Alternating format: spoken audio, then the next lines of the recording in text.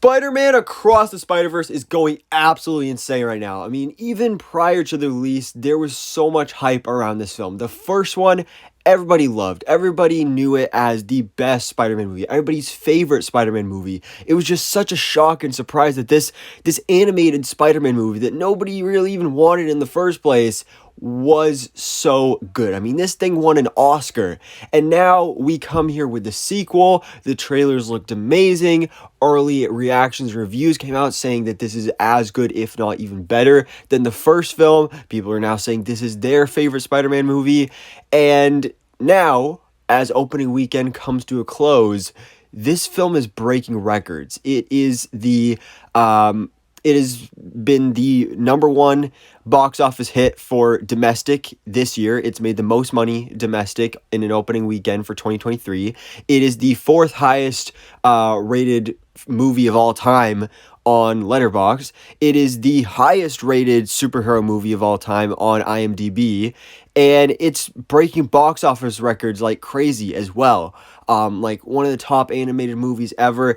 It is absolutely insane. And so guys, today I watched Spider-Man Across the Spider-Verse. So here's my review, ladies and gentlemen, boys and girls, but not to worry because yes, it's opening weekend.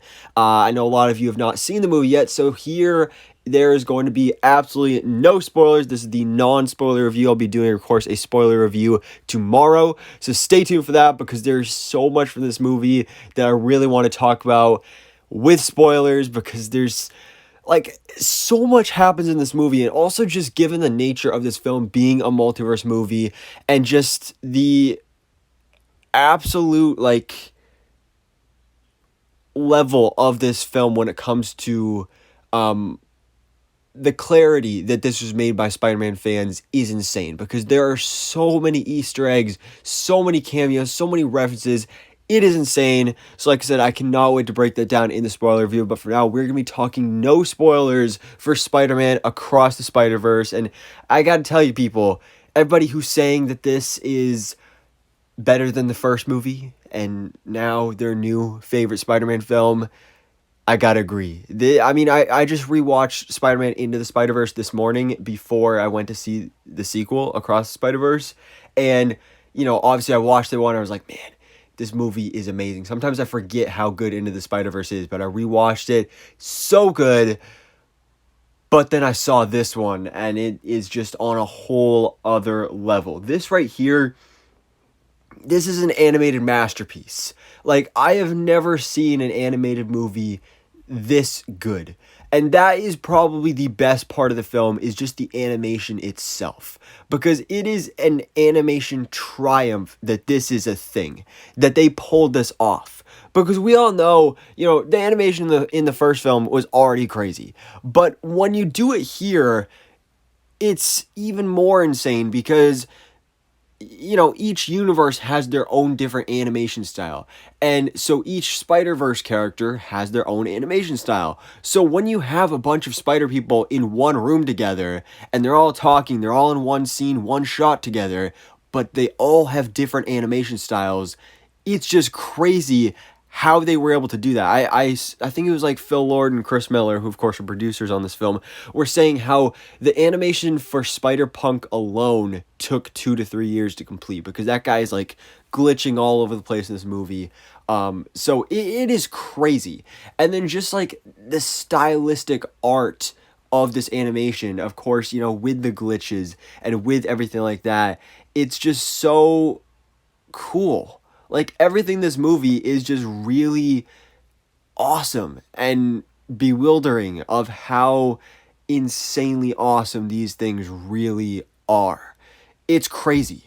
And the fact that you do that, you do this crazy, artistic-looking, animated multiverse movie, yet still manage to capture a really, at its heart, small personal story with Miles and his family. That's the most, like, exciting part about this movie. And the best part about it, in my opinion, is that you have all these big elements, but tell such a small personal story. That is what I love. That is what I loved about the first movie, and that is what I love about this movie. Because when you have these big, crazy action set pieces and sequences. And then you also have these just small moments where it's just a couple minutes of two characters just sitting together and talking. Those are some of the best moments in this film. As cool as like all the cameos and Easter eggs are, because wow, they're awesome. And the fight scenes and, web slinging and all that stuff. It's those small moments of just those characters talking that really bring this film together.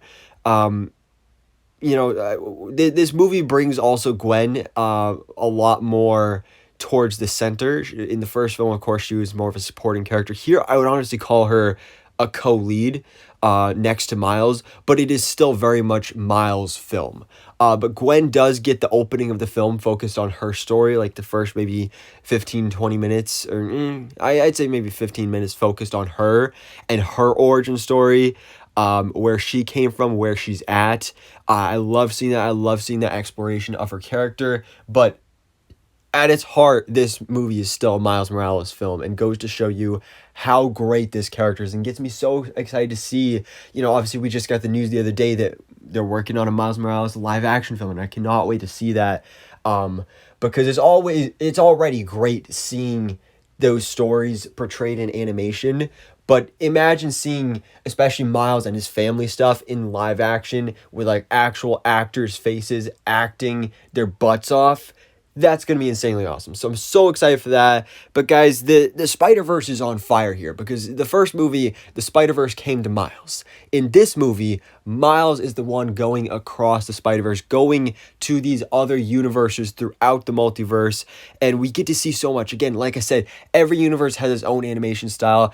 And when we get to HQ, where we have like all of these different Spider people together, it's just so cool. Like I said, there's like cameos aplenty, and some of them are big surprises. Some of them have been seen in the trailers. Some of them are just there for jokes. But it's great to see in each of these Spider-Verse characters that you've seen in the trailers and that, we've been teased about in this film. They each get their own little moments that are all really great. Spider-Man 2099 is basically the antagonist of this film. But even though he is against Miles for most of it, or really the whole movie, you see why. And I still definitely wouldn't call him a villain, because what he's doing is, at least to him, saving everybody. And he has a really, really valid point, but he's also trying to basically kill Miles Morales.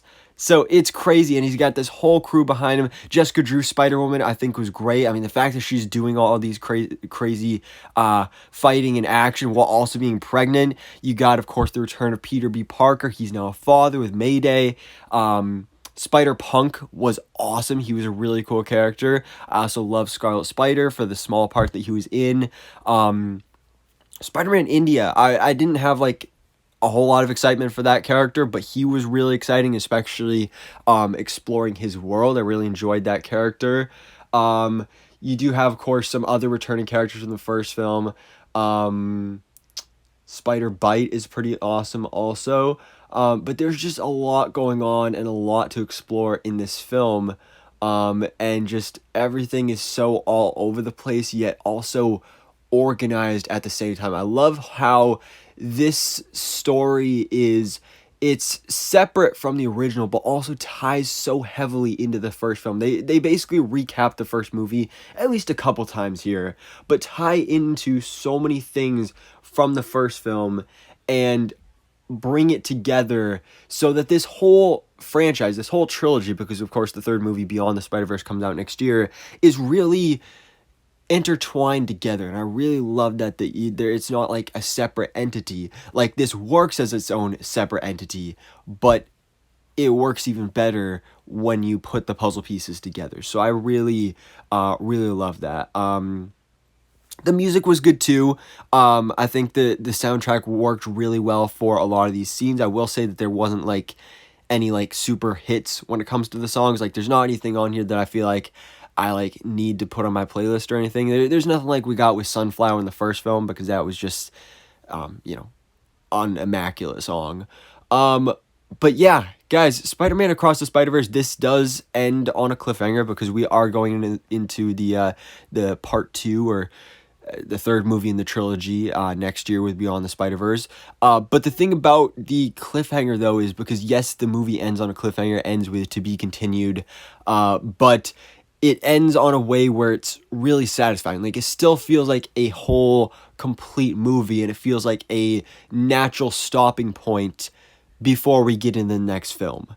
And, when it comes to that, though, I will say that this movie is so good that I remember spending, it was probably at least the last half hour, maybe even 45 minutes. The last 45 minutes in the movie, I spent just worrying about, oh my God, is the movie going to end? Is the movie going to end? Because I knew it was going to end on a cliffhanger, but I just kept waiting and just hoping it wouldn't end because I didn't want it to end because it was that good. And, you know, now Beyond the Spider-Verse is probably my most anticipated movie of all time right now. And it's awesome that it's not really even that far away because it comes out in March. So that's just something that's really, really exciting here. But guys, yeah, Spider-Man Across the Spider-Verse. Hopefully you guys have not been spoiled yet because, again, there's some really cool cameos and references and Easter eggs in this film. And the story is just so insane. Like, the whole back half of this movie is not in the trailers at all. So once you get past like a certain part, I was like, all right, where are we even going from here? And they went some really interesting places that I did not expect at all. But I'm so excited to see, especially things that were set up, where they go in the sequel. And of course, you know, I can't wait to break down the big spoilery stuff in spoiler review, which will be coming tomorrow. But for now, guys, let me know your thoughts in the comments below. Did you watch Spider-Man Across the Spider-Verse? Of course, let me know your non-spoiler thoughts in the comments below. And thanks so much for watching. Please drop a like if you enjoyed this video and hit the subscribe button so I can keep you up to date on everything goes on in the Marvel life.